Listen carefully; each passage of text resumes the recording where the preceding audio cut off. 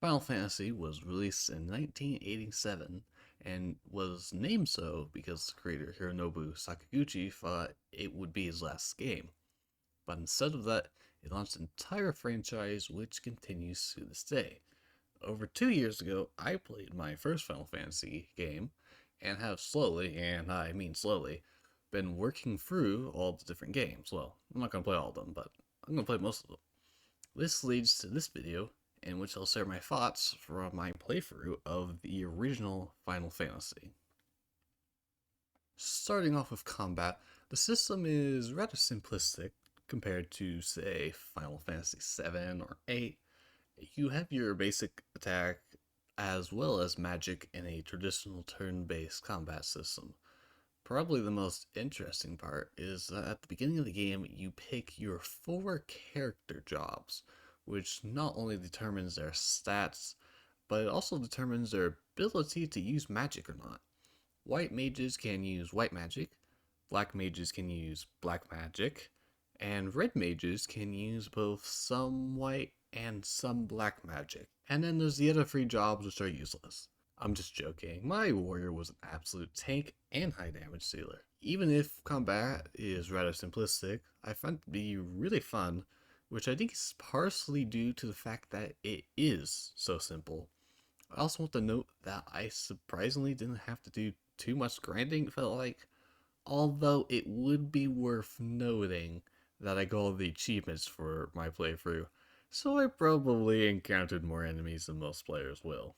And speaking of getting all the achievements, I found going after all the chests to be rather fun, as well as fighting every enemy. Although there is one enemy that was really annoying, and that is a rather tough enemy that has a 1 out of 100 chance of appearing in an area around the end of the game. That one for sure took me a while, possibly an hour, to find, but at least I was able to beat it first try, as it seems like it's harder than the final boss, supposedly. Final Fantasy 1 doesn't really have much of a story, but it still is there, kinda, through some exposition at the beginning and end of the game. Even if there's not much, the twist at the end still at the very least surprised me. As with all Final Fantasies, the music is really good. The standouts for me are the title theme,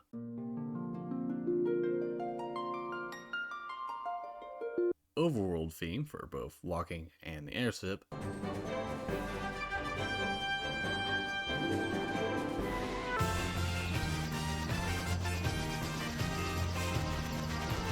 and then the battle music.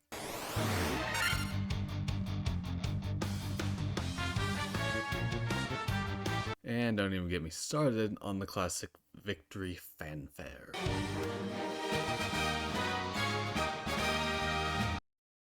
So I don't know why, but when I encountered this enemy called a lava worm, I just had some sort of instant liking of it. Like, why is this not in any other Final Fantasy? Wait, the bearded crisis core?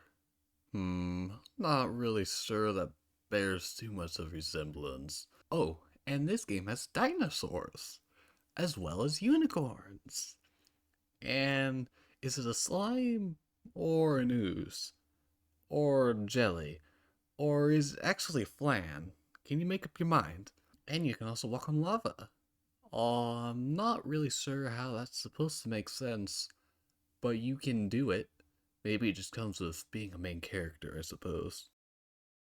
It's really nice to see that the Final Fantasy franchise started out strong, and it's a real shame to know that this game was only popular in Japan at the very least when it came out.